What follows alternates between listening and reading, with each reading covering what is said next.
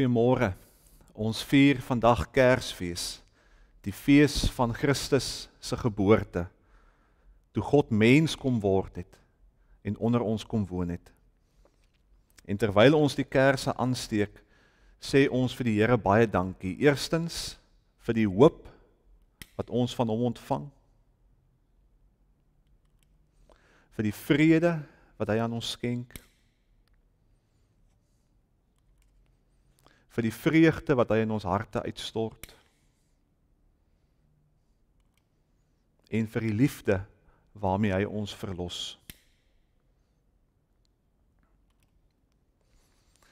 Jesus Christus, U is waarlik die Immanuel, God met ons, die bron van lig en lewe.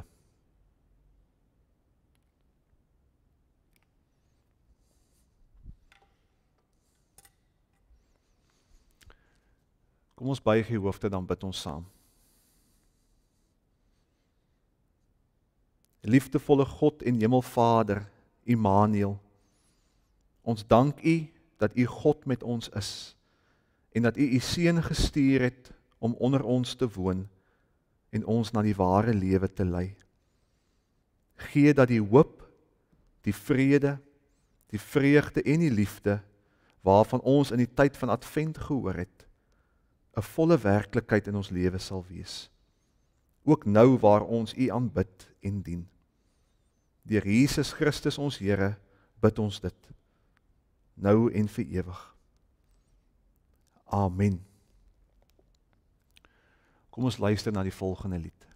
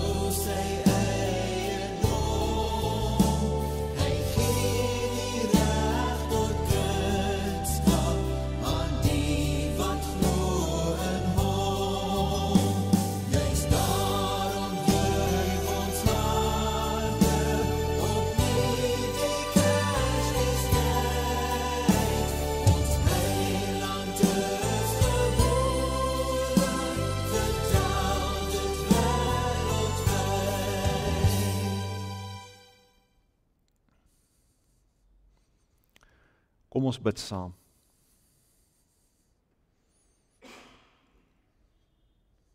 Here Jesus, U die vleesgeworde woord, U wat die volle openbaring van God se wese is. Kom spreek tot ons en kom gee vir ons 'n kykie in God se hart. Amen. Ek lees vanoggend vir jou uit Matteus 5, verse 8 en 9. Daar sê Jesus die volgende: Geseënd is die wat rein van hart is, want hulle sal God sien. Geseënd is die vredemakers, want hulle sal kinders van God genoem word. Ek gaan dit weer vir ons lees. Gelukkig is die wat rein van hart is, want hulle sal God sien.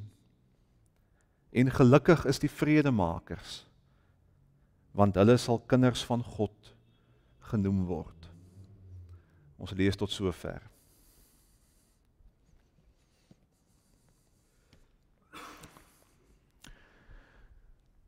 Ek wil graag die volgende scenario aan jou skets. Veronderstel jy stap op straat en 'n vreemdeling keer jou voor, iemand wat jy nog nooit van tevore ontmoet het nie. En dit is 'n baie warm, hittige dag daar buite en die persoon sê vir jou, as jy vir my kan sê wie jy is, dan gee ek vir jou 'n ijskoue koeldrank. Wat sal jy vir die vreemdeling antwoord? Ek weet wat ek sou antwoord. Ek sou vir hom sê, aangename kennis, ek is W.P. Du Plessis en ek is toevallig baie dors. Maar wat as die vreemdeling met nog 'n versoek kom? Nee, wag 'n bietjie, bewys dit eers aan my. Gee my 'n bewys wat sal bevestig dat jy wel is wie jy sê jy is. Wat sal jy doen om jou identiteit aan hierdie persoon te openbaar en te bevestig? Weereens baie maklik. Ek sal sommer maar net my beursie uithaal en my ID-kaart uithaal en vir die persoon wys en sê, kyk, ek is wie ek sê ek is. Ek kon selfs my drywerslisensie vir hom wys om te sê, dit is my identiteit, dit is ek daai op hierdie ID-kaart. Baie maklik. Maar veronderstel iemand keer jou voor op straat en vra vir jou die volgende. Is jy 'n navolger van Jesus Christus? Wat sal jy antwoord? Veronderstel jy antwoord ja. Maar wat as die persoon vra vir 'n bewys om te bevestig dat jy 'n navolger van Jesus Christus is? Watter bewys of bewyse sal jy vir die persoon kan gee om te bevestig dat jy 'n navolger van Jesus is? Sal jy vir hom jou doopseël wys as 'n bewys? Sal jy vir hom jou attestaat wys? Jy weet daai papiertjie wat sê jy is 'n lidmaat van hierdie gemeente? Sal dit 'n genoegsame bewys wees om te kan sê jy is 'n navolger van Jesus Christus? Of gaan jy eerder soos die fariseer van oud sê, ek is 'n navolger van Jesus, want elke aand as ek bid, sê ek vir die Here baie dankie, dat ek nie soos ander mense is nie. Diewe, bedrieërs, egbrekers, en ook nie soos daardie tollenaars nie. Ek is 'n Christen, want ek vas 2 keer in die week, en ek gee 'n tiende van my hele inkomste vir die kerk. Is dit 'n genoegsame bewys om te kan sê ek is 'n navolger van Jesus? Of gaan jy eerder soos die Israeliete van oud sê, hier is my bewys dat ek 'n gelowige is. As ek na die Here toe gaan ek met diersame offers na die tempel toe. Ek gaan met jaar-oud kalwers, duisende ramme met 10.000 offers van olie neem ek na die Here se tempel. Is dit 'n genoegsame bewys om te sê dat jy 'n navolger is van Jesus Christus? Die grootte van jou offer wat jy na die tempel of die kerk toe bring? Of gaan jy eerder soos die gelowiges in Korinthe sê, hier is die bewys dat ek 'n gelowige is. Ek kan in tale praat. Ek kan profeteer. Ek het die gawe van genesing. Ek gee vir die armes kos. En ek het ongelooflik baie kennis van die geloof. Is dit 'n genoegsame bewys dat 'n mens 'n navolger van Jesus is? Vriende, nee. Die bewys dat ons navolgers van Jesus is, lê nie in die grootte van ons offers nie. Nie of ons in tale kan praat of kan profeteer nie. En of ons Bybelverse links of regs kan aanhaal nie. Maar hoe sal mense dan weet dat ons kinders van God is? Dat dit ons ware identiteit is? In Matteus 5 vers 9 lees ons hoe Jesus sê, geseënd of gelukkig is die vredemakers. Hoekom is hulle gelukkig? Want hulle sal kinders van God genoem word. Kinders van God is vredemakers. kinders van God bid vir vrede, hunker na vrede, werk vir vrede, koester vrede. Binne die konteks van die saligsprekinge sou 'n mens kon sê dat ons hier as te ware die klimaks bereik in hierdie perikoop. Hoe so? Want as ek 'n vredemaker is, dan is ek in die eerste instansie iemand wat weet hoe afhanklik ek van die Here is, die eerste saligspreking. As ek 'n vredemaker is dit omdat ek die nood om my raak sien, die tweede saligspreking. As ek 'n vredemaker is dit omdat ek sagmoedig is, omdat ek honger en dors na wat reg is, omdat ek barmhartig is en omdat ek rein van hart is. Daarom is ek 'n vredemaker en word ek genoem 'n kind van God. 'n Vredemaker is iemand wat al hierdie eienskappe van die saligsprekinge beliggaam in sy of haar lewe. Jesus voel so sterk oor hierdie saak van vrede, dat hy in Matteus 5 die volgende sê: As jy jou offer na die altaar toe bring, en dit jou daar byval dat jou broer of jou suster iets teen jou het, laat staan jou offer by die altaar, en gaan maak eers vrede met jou suster of jou broer, en bring dan jou offer. Ons godsdiens is leeg, ons godsdiens is vals, ons godsdiens is waardeloos, as vrede nie vir ons 'n prioriteit is nie. In hierdie stikkende wêreld, wat gekenmerk word aan haat en vyandskap en vervreemding tussen mense, is die mees gehoorsame ding wat 'n Christen kan doen, en die mees goddelike aksie waarvan 'n Christen kan deel word, om saam met Jesus 'n vredemaker te wees. Wanneer ons dit doen, sal mense sien en sal mense weet dat ek en jy familie van God is en dat ons na God aard. Die ware toets vir ons Christenskap is nie of ek en jy in tale kan praat of kan profeteer nie. Die fundamentele toets vir ons Christenskap lê nie daarin of jy groot of klein gedoop is nie. Dit gaan ook nie daaroor of jy aan die sogenaamde regte kerk behoort nie. Dit gaan ook nie oor hoe groot jou offer is wat jy na die tempel toe bring nie. Die ware toets, sê Jesus, is of ons vredemakers is. 'n Mens sou kon sê dat ons hier werklik met die mees fundamentele toets van ons geloof in Jesus te maak het. Watter waarde het die offer wat ons na die tempel toe bring? Al lyk dit ook hoe vroom en godsdienstig. Watter waarde is daardie offer as ek in vyandskap leef met my broer of met my suster? Hoe kan ons sê ons is navolgers van die vredevors as vrede self nie seëvier in ons lewe nie? Ons beskou ons roeping as vredemakers as 'n fundamentele aspek van ons getuienis. Hoekom? Omdat die God wat ons aanbid 'n God is wat vrede liefhet. Dis 'n God vir wie haat, vyandskap en vervreemding tussen mense sonde is.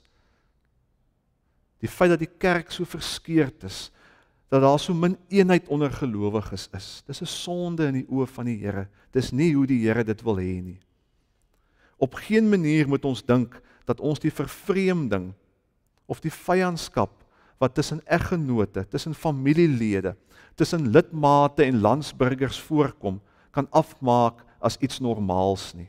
Of bloot maar net sê dis deel van die lewe nie. Nee.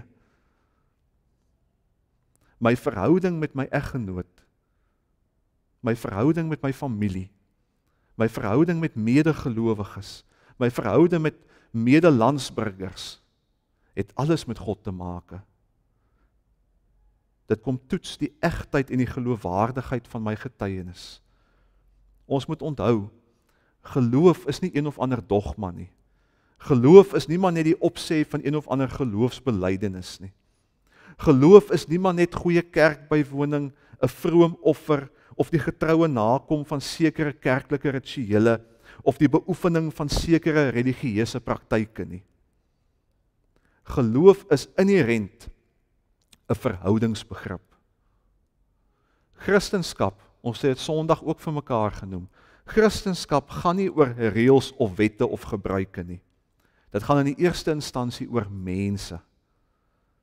Dis Martin Luther wat sou skryf oor die vryheid van 'n Christen, dan sê hy, 'n Christen is vry van wette en reëls. Ons is nie meer slawe van die wet nie.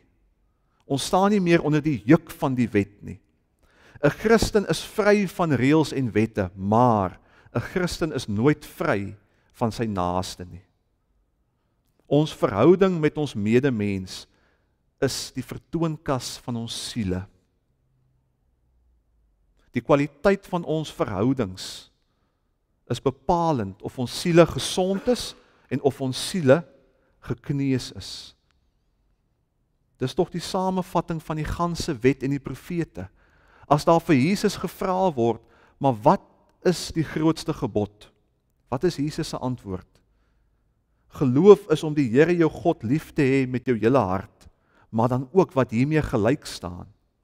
Jy moet jou naaste lief hê, jy moet jou medemens lief hê, soos jouself. Dit is die grootste gebod. As Paulus skryf oor die vrug van die Gees, dan sê hy, die vrug van die Gees is die liefde. En een van die kenmerke van die liefde is juist dit, vrede. Hoor wat leer Johannes vir ons?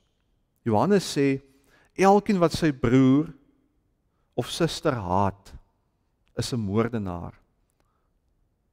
Vriende, as die 6de gebod sê, ons mag nie moord pleeg nie, beteken dit nie om iemand net fisies dood te maak nie. Ons moor ander, ook met ons gedagtes. Ons moor ander mense met ons monde. Ons moor ander mense met die gesindheid wat ons teenoor hulle inneem en hoe ons hulle dag tot dag behandel. Verder aan sê Johannes, geliefdes, ons moet mekaar lief hê, omdat liefde uit God is en elkeen wat liefhet uit God gebore is en God ken. Maar as ons nie liefhet nie en gemaklik raak daarmee om in vyandskap te leef met ander, ken ons nie vir God nie. Dan het ons geen kennis van God nie. As Paulus aan die gemeente in Rome skryf, dan sê hy vir hulle, daar sal altyd verskille wees onder julle. Julle sal nie altyd oor alles saamstem nie. Maar al wat julle aan mekaar verskuldig is om mekaar lief te hê. Dit bly die belangrikste. Nie of julle oor alles saamstem nie. Julle het 'n verantwoordelikheid om vir mekaar lief te bly. Die vraag is egter, hoekom is ons dikwels so huiwerig om die uitnodiging van Jesus te aanvaar om vredemakers te wees in 'n wêreld wat gekenmerk word aan haat en vyandskap en vervreemding tussen mense? Hoekom kies ons dikwels om ons lewe lank in vyandskap met ander te leef? Om ons lewe lank 'n wrok te koester teen iemand anders? Ek dink daar's 'n paar redes. In die eerste plek, om 'n vredemaker te wees, vra van ons 'n rein hart. Hierdie saligspreking wat sê, geseënd is diegene wat vredemakers is, bou eintlik voort op die voorafgaande saligspreking wat sê, gelukkig is hulle wat rein van hart is, want hulle sal vir God sien. Wat sê Jesus hier vir ons? As die hart nie rein is nie, kan jy nie 'n vredemaker wees nie. Jy sou dit ook kon vertaal met, as die hart nie suiwer is nie, as die hart nie skoon is nie, kan jy nie 'n vredemaker wees nie. Maar nou is die vraag, maar wat is 'n rein hart nou eintlik? 'n Rein hart is 'n hart wat nie verdeeld is nie. Dit is 'n hart wat nie verskeurd is tussen twee gedagtes nie. 'n Rein hart is 'n hart wat ten volle op God gerig is. Daar is 'n Engelse uitdrukking wat dit eintlik baie goed beskryf, single-mindedness. Single-mindedness. Die Deense filosoof Søren Kierkegaard het dit self baie goed geformuleer, toe hy sou sê, 'n rein hart beteken om net een ding in die lewe te begeer. 'n Rein hart is om net een ding in die lewe te begeer. En ek dink dis waar die probleem inkruip. Ons harte is nie rein nie, juis omdat ons harte verdeeld is. Ons begeer nie maar net een ding nie. Ons begeer 'n paar dinge. Ons almal ken die bekende gedeelte in Matteus 6 waar Jesus sê, niemand kan vir 2 baase te gelyk werk nie. Hy sal of die een minder ag en die ander een hoër, of vir die een meer oor hê en die ander een afskeep. 'n Mens moet die vers mooi gaan lees om agter te kom dat Jesus nie hier 'n opdrag gee nie. Jesus maak gewoon net 'n stelling hier. Jesus sê dat jy nie beide voor God kan buig en nog voor aardse dinge ook kan buig nie. Of jy is met jou hart ten volle op God gerig, of jy is glad nie. Maar jy kan nie vir God dien met 'n verdeelde hart nie. Jy kan nie vrede begeer, maar terselfdertyd wil jy altyd jou sin kry nie. Jy kan nie vrede begeer, maar jy dink net die hele tyd aan jou eie belange nie. Jy kan nie vrede begeer en in jou kop dink jy is altyd reg nie en die ander persoon is altyd verkeerd nie. Daar word immers gesê dat die rede hoekom lande oorlog maak nie is omdat hulle daardeur vrede wil bekom nie. Hulle maak oorlog, hoekom? Omdat oorlog so winsgewend is. Vrede is nie 'n baie winsgewende bedryf nie. Die aanhaling van Roger Waters is hier van toepassing. War is hugely profitable. It creates so much money because it's so easy to spend money very fast. And there are huge fortunes to be made by war. Vrede bots dikwels met ons eie selfsugtige belange en begeertes. Dit laat my dink aan die lirieke van die musiekgroep Ocean Colour Scene wat sing, all the people under broken homes don't want to fight no more. All the people nursing shattered bones don't want to fight no more. But there's no profit in peace, so we've got to fight some more. Daar is geen wins in vrede nie, so ons sal aanhou beklei met mekaar. Aanhou om mekaar te haat. En aanhou om mekaar verdag te maak. Daar is baie mense wat gevestigde belange het in 'n samelewing waarin daar nie vrede is nie. Daar is baie mense wat by so 'n samelewing baat vind, voordeel trek, geld maak, aansien verwerf, mag bekom. Daar is mense wat selfs aspris verdeeldheid sal skep ter wille van hulle eie belange. Ons sê dikwels nee vir vrede, juis oor dit 'n struikelblok word vir dit wat ons eintlik die graagste in die lewe wil hê. Geld, aansien en mag. En ons sal selfs vrede prysgee ter wille van dit. En ons moet ook onthou, die bose is baie slinks. Die bose probeer nie van jou en my ateïs te maak nie. Die bose wil ons nie tot op die punt kry om baie duidelik teen God te kies nie. Die bose het 'n baie slimmer taktiek om ons harte onrein te maak. Al wat die bose doen is, hy kom verdeel ons hart. So wat kom doen die bose? Hy kom vat nie vir God uit die prentjie uit nie. Hy kom vat nie vir God uit jou hart uit nie. Al wat die bose kom doen is, hy kom plaas net 'n klomp ander belange langs God in jou hart. En dis hoe die bose dan ons harte onrein maak. Ons begeer nie meer net een ding nie. En dit is God se wil nie. Ons begeer nou 'n klomp dinge. En God is maar net een van daardie dinge. So aan die een kant wil ons vir God dien, maar daarom nie ten koste van ons eie belange en begeertes nie. Hoor jy dit? Dubbelhartigheid. Dit is wat 'n onrein hart is. Jakobus praat in sy brief presies oor dieselfde ding. Hy sê vir die gemeente, as julle bid, moet julle nie met twyfel bid nie. Nou om met twyfel te bid, beteken nie soos ons dink om te twyfel in die bestaan van God, of dat jy twyfel of God jou gebed gaan verhoor nie. Dis nie wat Jakobus daarmee bedoel nie. Om met twyfel te bid, sê Jakobus, is om met 'n verdeelde hart te bid. Dit is om iets van die Here te vra, maar diep binne in jou hart, hoop jy eintlik nie die Here beantwoord die gebed nie. Kom ek gee 'n voorbeeld.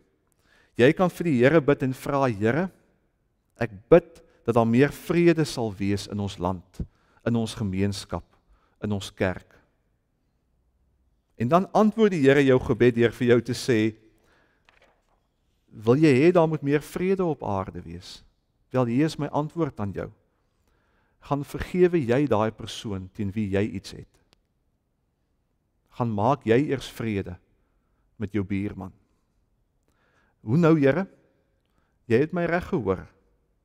Jy vra mos dat daar meer vrede op aarde moet wees. Wel, gaan maak jy dan eerstens vrede. Gaan vergewe die een teen wie jy 'n wrok het. Kom ons begin sommer by jou. Gaan wees jy eers die verskil wat jy in die wêreld wil sien. Hoe kan jy vir iets bid as jy self nie eens bereid is om dit self te beliggaam nie? Dit is om met twyfel te bid, sê Jakobus. Dis om vir iets te vra, maar eintlik die binne wil jy dit nie hê nie, want dit bots met jou eie vleeslike belange. Ons kan nie vir vrede bid, maar steeds in die alledaagse lewe daar buite kwaad met kwaad vergeld nie. Of werk met 'n logika van 'n oog vir 'n oog en 'n tand vir 'n tand nie, dit werk nie. Dan is ons harte verdeeld, dan is ons harte onrein. Ons kan nie vir vrede op aarde bid as ek nie self bereid is om eers vrede te gaan maak met my buurman nie. Ja, selfs al bid ons vir vrede, moet die vraag steeds wees, wil ek en jy dit regtig hê? As ons bid vir vrede in ons land, bid ons met 'n rein hart of bid ons met 'n verdeelde hart? Wil ons dit werklik hê? Een van my gunsteling komediereekse is 'n reeks genaamd Blackadder Goes Forth. Dis 'n Britse reeks wat in die laat 80s gemaak is. Nou die reeks speel af tydens die Eerste Wêreldoorlog.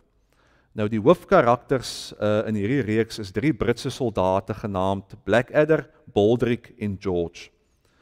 3 Engelse soldate wat hulself in 'n loopgraaf bevind in Vlaandere. En dis die jaar in 1917. Die oorlog is nou al so vir 3 jaar aan die gang.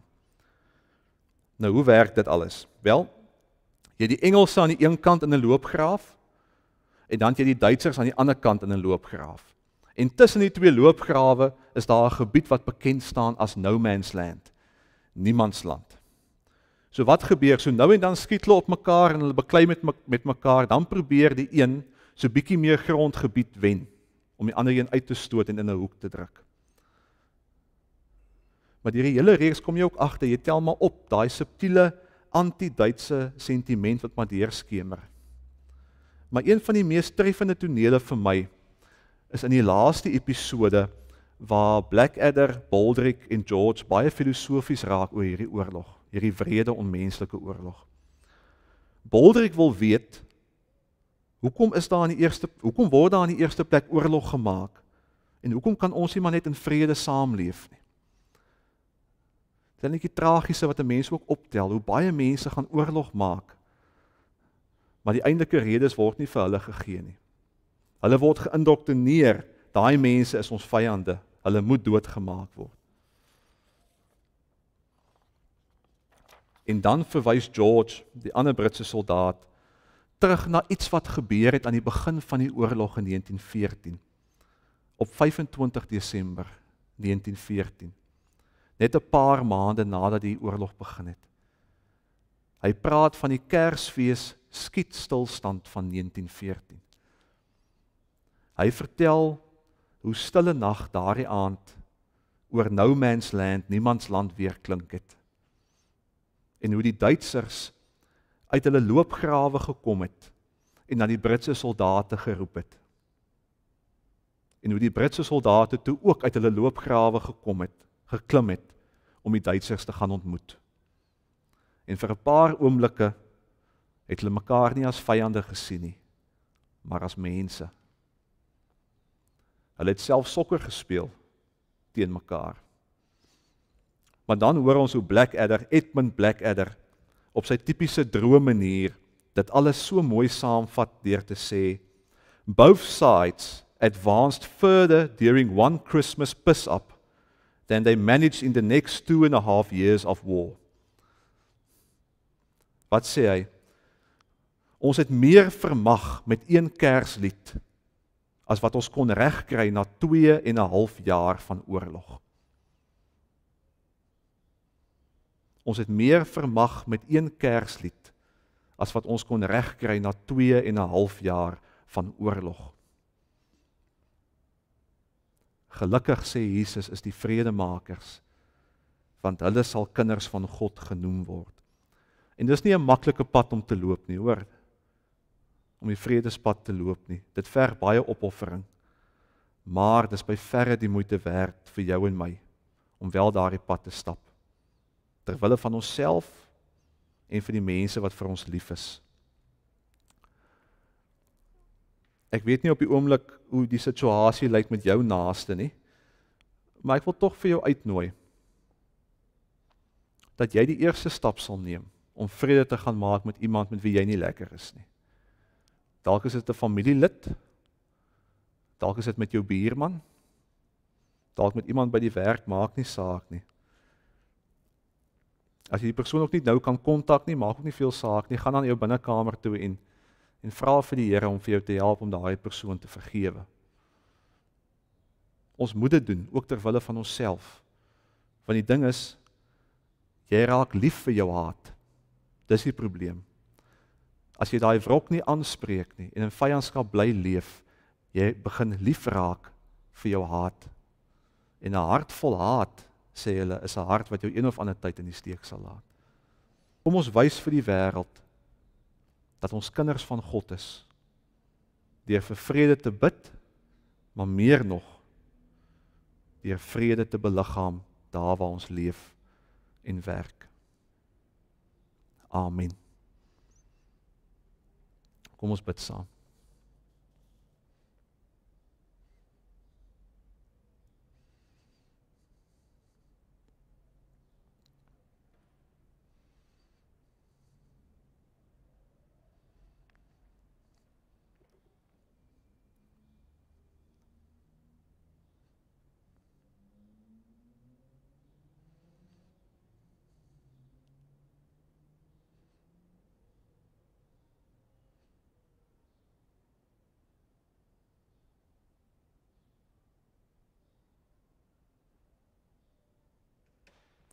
Geseënd is die vredemakers, want hulle sal kinders van God genoem word.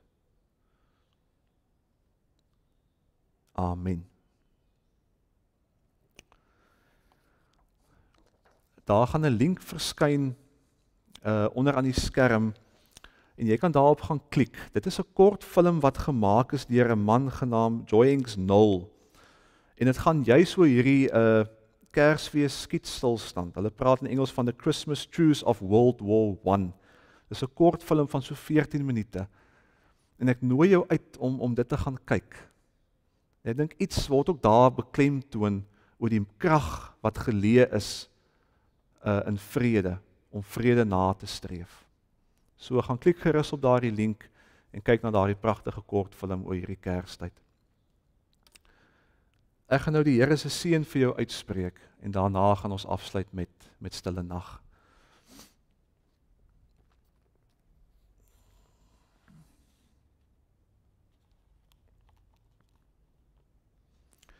Mag die God van die engele, wat Christus se geboorte aangekondig het, vreugde in julle hart bring op hierdie dag en vir altyd. Mag die God van liefde, wat sy enigste seun vir ons gegee het, julle lewe met vrede vul. Mag Immanuel, God met ons, met julle wees in alles wat julle doen, totdat hy julle in sy ewige koninkryk laat ingaan.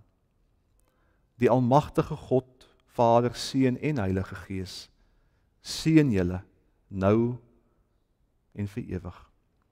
'n Geseënde Kersfees vir jou en jou geliefdes. Amen.